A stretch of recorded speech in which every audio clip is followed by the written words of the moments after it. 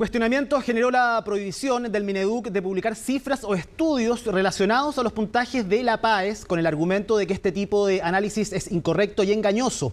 Vamos a hablar de este y otros temas con el subsecretario de Educación Superior, Víctor Orellana, quien se encuentra con nosotros. ¿Cómo está, subsecretario?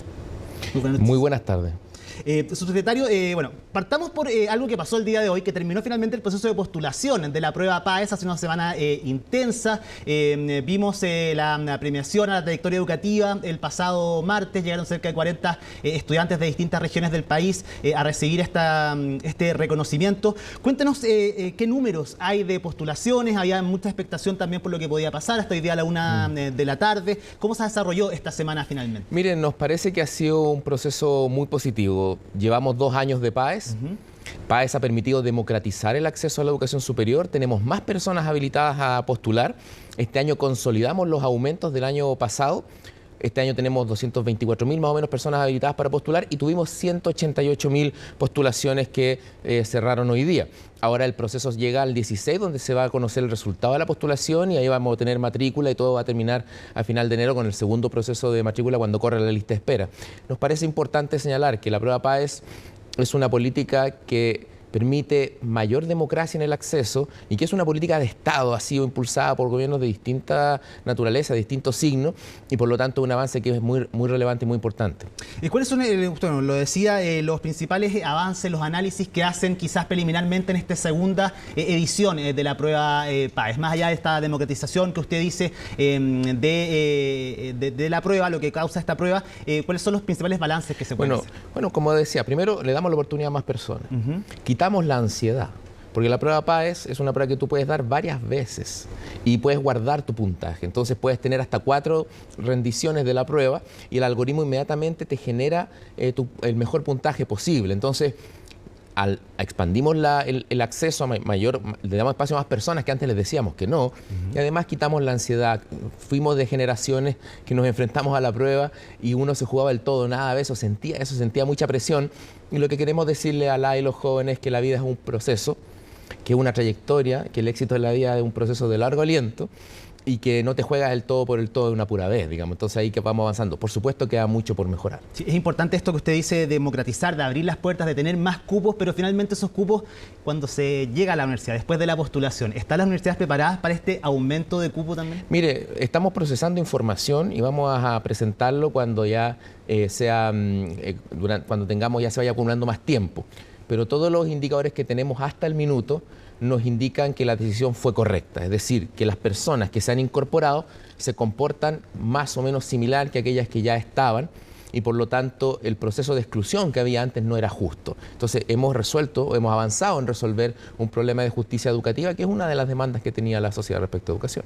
Oiga, pasemos a otra de las polémicas de la semana, esta decisión finalmente de no hacer ranking con esta información que se les comparte a las universidades. ¿Qué justifica finalmente esta decisión en específico? Algo que ha generado mucho debate en el mundo educativo, distintos profesores, académicos han hablado de este tema. Primero señalar, Ivo, que no hay ninguna prohibición para hacer investigación y para divulgar información. Es más, nosotros tenemos una política de datos abiertos, publicamos todos los años la base de datos en el mes de abril, porque hay un proceso que hay que hacer con la base de datos cuando culmina todo el proceso de matrícula, cuando ya está la matrícula, por ejemplo, de educación técnico-profesional, y habiendo sido yo mismo investigador en educación, habiendo utilizado mucho esos datos, malamente podría estar contra la investigación y contra el debate. Lo que ocurre es una cosa muy sencilla y estamos trabajando con normativas que son muy sensibles respecto a información que está nominada. Y la prueba PAES, además de eso, la prueba PAES es una prueba que tiene por finalidad únicamente el proceso de admisión, es decir, no busca por finalidad la comparación en calidad de los establecimientos y para eso hay no solo estándares internacionales, sino también hay un dictamen de la Contraloría, el año 2016, que efectivamente planteó que no era posible estos rankings que salen, que digamos planteó esto, que no era que la prueba de admisión solo debía cumplir el papel de admisión. El DEMRE de la Universidad de Chile en marzo publica la información para que las familias puedan tener información de su establecimiento y lo hace siguiendo estos estándares internacionales. Así que la información está construyéndose, está disponible y nos parece que no existe una prohibición de parte de nosotros. Ahora, esto no obsta, y precisamente como PAES es un proceso que es joven, digamos, sí, lleva 2 años, que vamos a aprovechar esta discusión para proponerle al Comité de Acceso, que es el Comité de Rectores y Rectoras, que dirige el proceso, porque esto es un proceso que no depende del gobierno de turno, que hay una política de Estado, pedirle una buena política de datos. Es decir, para que con los avances que hemos tenido tengamos mayor claridad sobre cómo mostrar la información y tengamos un consenso transversal, es decir, que no sea la decisión de alguna actoría en particular, sino que tengamos un consenso transversal respetando la normativa y siguiendo con una lógica que venía también de mucho tiempo. Por ejemplo, hace mucho tiempo ya que los puntajes dejaron de salir en el diario, como quizás nos pasó a nosotros, ¿no? Que había que ir a comprar el diario. Temprano. Y ahí había unas situaciones de bullying, por ejemplo, que no corresponden. Entonces, Chile ha dado paso y precisamente podríamos dar un paso más aprovechando esta discusión de tener una política de datos cuyos principios vamos a resolver en una sesión de la próxima semana del Comité de Acceso. Dicho eso, de todas maneras hay algunos informes preliminares también que han dicho que la brecha entre los conocimientos entre los colegios particulares y también el resto de los establecimientos ha crecido. ¿Eso es así? ¿Ustedes ven eso? ¿Tienen datos confirmados que indiquen eso? ¿Se ha podido reducir esa brecha? Mire, primero decir que esto es bueno ir al problema de fondo, ¿no? Cualquier prueba, PAES u otra, siempre te va a mostrar una situación de la realidad. Que Chile es un país que tiene problemas y deudas en educación muy grandes, que tiene desigualdades. Lo que ha ocurrido, si uno ve, por ejemplo, el 20% de rendimiento superior, y tenemos datos para ello, uno ve el 20% de rendimiento superior, más o menos ve una situación estable. Es verdad que hay una caída de la participación de la educación pública en el 20% de rendimiento superior. Es una caída paulatina, pero consistente y que viene de antes de la prueba PAES. Y también hay una caída, fíjate, de los establecimientos particular pagados. También es leve, pero consistente. Y lo que nos parece a nosotros es que estas brechas estructurales, que son de largo arrastre, que uno tampoco podría responsabilizar a tal o cual gobierno, tienen que enfrentarse con reformas estructurales, con cambios estructurales. Ya han habido algunos cambios estructurales que fueron impulsados durante el segundo gobierno de la presidenta Bachelet, y nosotros, porque nos interesa el tema y estamos con un compromiso muy importante con la educación, también vamos a impulsar cambios en lo que le denominamos, por lo menos en educación superior, el proceso de modernización de la educación superior, que esperamos se haga cargo mucho de estas problemáticas. Usted hablaba de los cupos, subsecretario, de ingreso a la universidad, de abrir la posibilidad de que más estudiantes puedan tener la posibilidad, pero los criterios de selección, ¿se adecúan también a ese aumento de cupos? ¿Cuál es el análisis que usted hace en los procesos de selección que tienen las entidades universitarias? Mire, precisamente al tener un sistema de selección y admisión centralizado como el que tenemos, vamos definiendo eso como políticas de Estado. Tenemos lo que se denomina la admisión regular, que es lo que está ocurriendo ahora con los puntajes, pero también tenemos, y esto es muy importante, tenemos un sistema de admisión especial. Es decir, tenemos que personas por distintas razones tienen una vía de ingreso diferente a la educación superior. Hemos estado trabajando con el Comité de Acceso en esto, y lo que nos gustaría señalar es que en un momento de educación superior masiva, como tenemos en Chile, tenemos que trabajar para darle la oportunidad a las y los jóvenes y tener buenas trayectorias educativas. En algún rato se decía, tenemos que tener más acceso. Bueno, tenemos más acceso.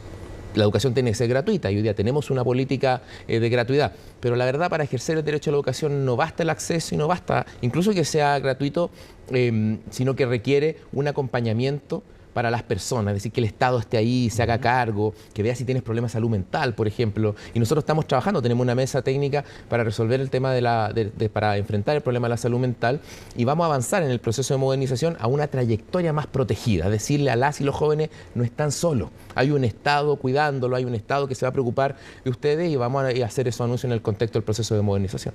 Subsecretario, usted hace un par de años, estuve investigando, viendo los distintos estudios que usted ha hecho, entrevistas también, decía que aunque a un estudiante le vaya bien en la prueba, el acceso a los cupos ya estaba jugado. ¿Esto cambia con la PAES? Usted se refería evidentemente a otro tipo de prueba, a otro tipo de selección que se hacía, pero en estos momentos también sigue creyendo que ya está jugado ese cupo pese a cómo le vaya a un estudiante en la prueba. Mire, esa discusión tiene que ver con lo siguiente, con que Chile dio un paso a la educación masiva, pero no lo hizo con las mismas instituciones que hacen investigación y son más complejas.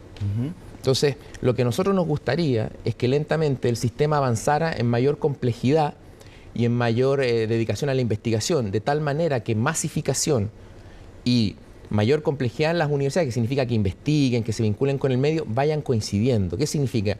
Que los cupos deseados crezcan, que por lo tanto el sistema sea mucho más complejo, de tal manera que no exista que hayan poquitos cupos de ese lado y el resto se vaya distribuyendo. Y eso implica orientar la oferta académica hacia las necesidades del desarrollo productivo del país, del desarrollo económico, social, cultural, y hacerlo de alguna manera sobre la base de nuestras instituciones que son más complejas. Estoy pensando en instituciones públicas, por supuesto, instituciones que hacen investigación e instituciones que vienen realizando investigación y que se han fundado recientemente y que vienen complejizándose, que nos parece que han hecho un importante aporte al país. Creemos que esa es la forma, o sea, hacer que todos los cupos sean deseables y que no exista una situación de escasez, por decirlo de alguna manera. Ahora, eso es un cambio estructural. ¿Y qué pasa con los cambios estructurales? No tienen resultados inmediatos. Y esa es la responsabilidad que nosotros tenemos que decirle a las personas. Para superar la brecha educativa y la desigualdad, no vamos a hacerlo en 5 minutos. Esto requiere un cambio, estamos trabajando de ello en el contexto de la modernización de la educación superior.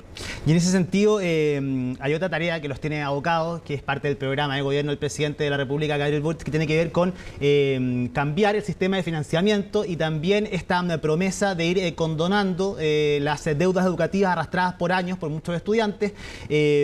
¿En el próximo presupuesto va a estar contemplado finalmente un plan de condonación a las deudas educativas? Bueno, primero señalar que en el proceso de modernización de la educación superior un aspecto clave del financiamiento. ¿Y por qué? Porque la gente puede decir, bueno, pero entonces invirtamos más en educación, porque lo cierto es que nosotros ya invertimos mucho. Invertimos el 1,2 del Producto Interno Bruto en educación superior, y si uno le suma el gasto privado, es decir, lo que la gente aporta a ella misma, llegamos al 2,4. Eso es bastante y de hecho nos pone a la par de los países desarrollados. Pero la gran pregunta y la gran duda es cómo optimizamos ese financiamiento que tiene que ver en gran medida cómo hacemos que se complejice nuestra educación superior, que sea más valiosa para las personas. Y en el marco de esa modernización del financiamiento corresponde la superación del instrumento de crédito con aval del Estado, y es un compromiso que tenemos como gobierno. El propio ministro Marcel y el ministro Cataldo lo han planteado, que antes del próximo ejercicio presupuestario vamos a presentar una iniciativa en tal dirección, ¿no? Que resuelva de una vez por todas, que encare este problema, y en eso adelantar materias de diseño. En este momento estamos trabajando en eso. Y no quisiera yo adelantar el tema de diseño, pero sí decirle a la opinión pública, decirle a las personas que es un compromiso clave y lo vamos a cumplir, y antes del próximo ejercicio presupuestario vamos a presentar un proyecto. ¿Pero es posible avanzar en una condonación universal, tal como está en el programa del presidente de la República, Gabriel Boric? De hecho, proponemos la condonación universal de las deudas educativas a través de un esquema de pagos a largo plazo por parte del Estado. Una deuda que el mismo ministro Mario Marcel acá en Tolerancia Cero dijo que estaba acorde a los 10.000 millones de dólares. Es por eso que es importante saber si es que se puede avanzar en esta condonación universal o va a ser por tramos.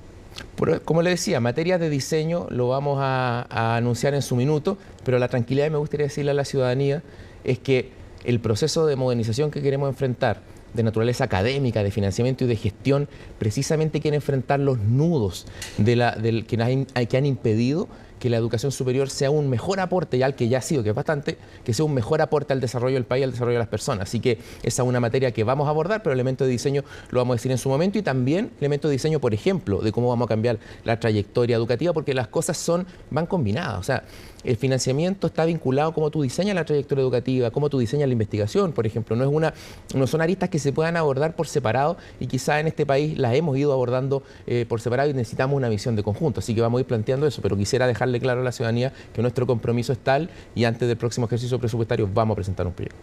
Subsecretario, para ir cerrando, le quería preguntar acerca de qué legado en materia educativa va a dejar el gobierno del presidente de la República, Gabriel Boric, teniendo en cuenta que una de las grandes banderas de lucha con la que llega al Palacio de la Moneda es evidentemente la educación, mejorar la educación pública, mejorar el acceso a la educación universitaria. El mismo presidente en más de una oportunidad ha dicho que quizás no han estado a la altura, o el desafío quizás era, estando en el Estado, ver que es demasiado grande para poder abordarlo. Pero en materia de legado, ¿qué van a dejar concretamente, más allá de lo que hemos estado hablando nosotros? Mire, a mí en materia de educación superior, primero decir que es un legado muy importante para nosotros, porque nos formamos en torno a estos dilemas, estos desafíos.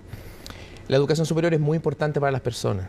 Fue la gran esperanza de nuestros papás, nuestras mamás, nuestros abuelos, muchos que llegaron del campo, de situaciones de pobreza, se sacrificaron y dijeron: yo quiero que tú estudies, porque lo único que te puedo dejar son los estudios. Había una promesa de ser la clase media, de vivir, de ser más felices, de estar más relajados.